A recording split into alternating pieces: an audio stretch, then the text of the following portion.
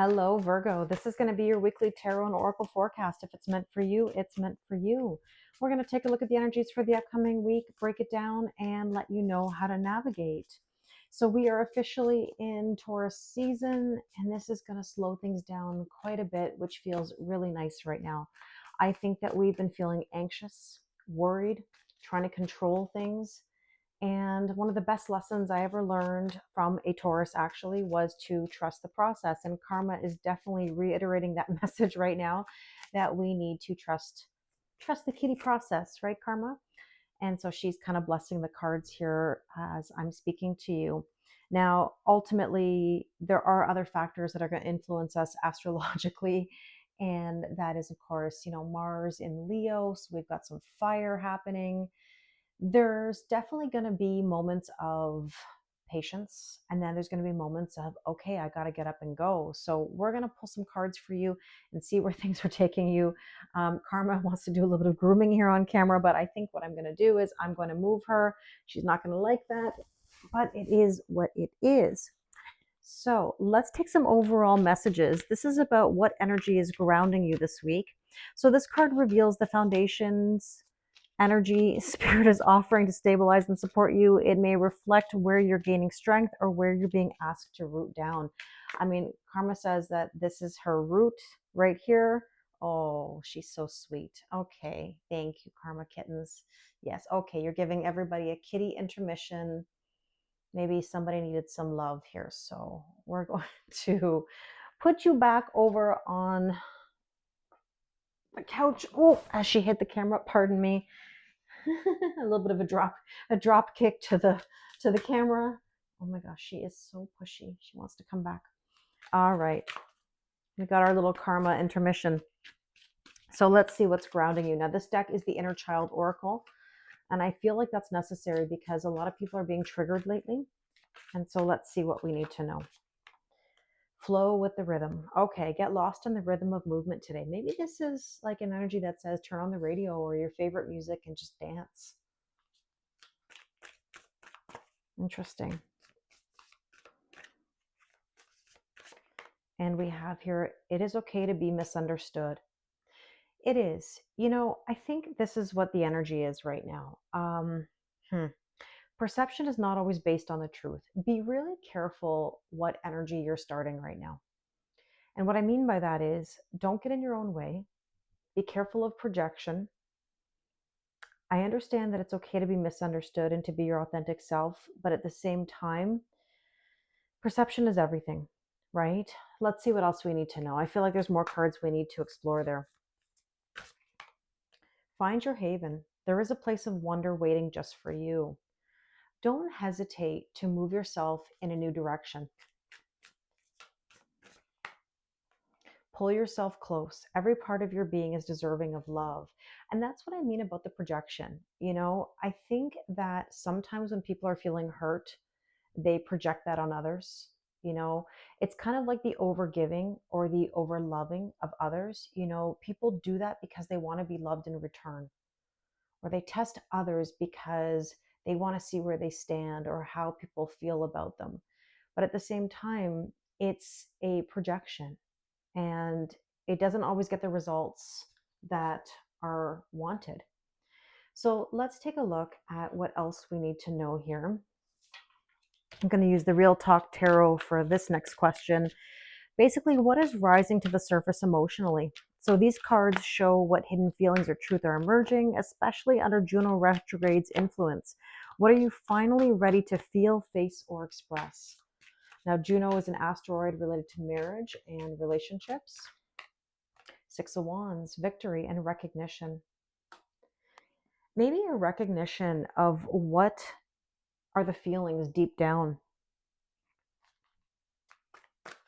Finally willing to move past old stuff, finding justice, equal giving and receiving in relationships. And I think that's what I meant up here. If you're feeling a lack of balance in your day to day or in your emotions or in your relationships, then forcing something, pushing something, testing something, starting something that you may not want to, in regards to conflict even, is not going to help the situation. So let's take a look at what else we need to know here. And it's funny because my cat Karma is like pushing into this reading. Like if you heard just a moment ago, she's, trying to walk over a bunch of papers that I have, and she's trying to get onto my lap and push through. And it's almost like there's this pushy energy that's coming through. I usually say that about Pandy, but today it's Karma. Three of Cups. Three of Cups is telling you to have more joy in your life and more celebration. Relax a little bit. Let's see what else we need to know. Ten of Swords. Yeah, Ten of Swords may feel like you've had a lot of swords in your back, but at the same time, it's like, gotta let go of an old story, right? 10 is 1 plus 0, meaning a 1. So there are brand new beginnings here if you are open to them. So this is saying, where are you being called to take action? This is where the universe is nudging you to make bold moves or to take inspired steps forward. And we have here having the strength and the courage to do so, to leave behind the old stuff. And funny because we're talking about like what's driving you forward. We have Mars and Leo, right? And so there's that Leo energy. And Two of Cups, this could very well be about partnerships, right? Like I said, relationships.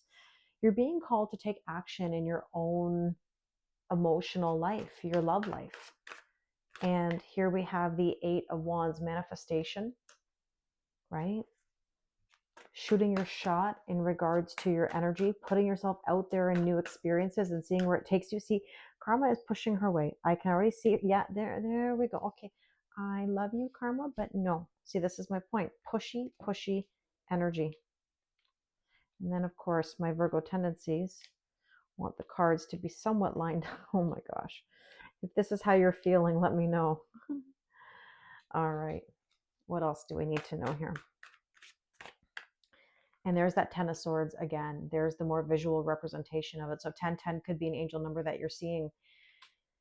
I feel like what is happening is you may be wanting something or pushing for something that may not be the best for you. And the universe is kind of telling you that you need to be redirected, kind of like just how I redirected. And here she comes again. She's trying again. How the universe, see, trying, and I have to redirect the kitty cat over here. There we go. To give us a little bit of space. And so there is the message, something you may be trying over and over and over again may not be necessarily for you. Okay, let's take a look at what old patterns or fears need releasing. So this reveals what's ready to be let go so that you can move more freely and confidently. It may point to a reoccurring block or belief system that's being cleared. Page of Swords, spying or observing or even energetic chasing. So if you've been energetically chasing anybody, watching them very closely, obsessively thinking about them, put the energy into yourself.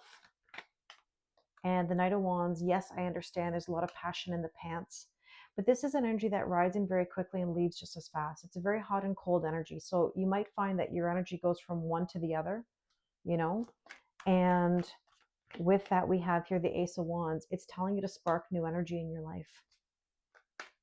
And I don't usually do math with my tarot cards, but if I were to add a wand to the Knight of Wands, it's almost like we would go to the Queen of Wands, where it's saying, be confident, strut your stuff, put yourself out there for new things. And there's the Six of Pentacles. We want equal giving and receiving and balance. And that goes all the way back to the Justice card that we spoke about earlier. So what divine message is guiding you forward? So your spiritual anchor for the week, a message from spirit, your higher self, or your guides that offers clarity, encouragement, or reassurance as you walk your path. And here we have, see, the Eight of Cups, walking away from things that no longer serve you. And there's that Ace of Wands again, telling you to spark new energy, right? So the universe is, like I said, what I said a couple times here. And with that, we have the Daughter of Pentacles is the Page of Pentacles, studying and learning, being recognized for progress. You will get the recognition the more progress you make. And with that, we have here, see the Ten of Cups. Ten of Cups is ultimate wish fulfillment and happiness. It's one thing to ask for, another thing to allow it. You have another 10. It seems to me like you're having endings and new beginnings. And you've got to recognize that doing the same old is not going to help push things forward. And maybe it's time to think of a different route. So let's see what last bit of guidance we can get. Round and round. This is my point. I can't even make this up. It's like karma has confirmed. It's karma's confirmations, as I call it. You've been going round and round and round, expecting different results or pushing something. Oh, geez, here she comes. I'm telling you. Yep, no. But see what she did this time? Interesting. She did not come onto the cards. She knew. She walked past, but she didn't disrupt the flow. And there it says milk and honey. This is where you can have the abundance, the happiness, and the healing if you allow it in and make new moves. There you go. New life. Your new life is waiting for you. I really hope this resonates. If you'd like to do a personal reading with me, the link is in the description box below. Thank you very much, and I wish you an amazing week.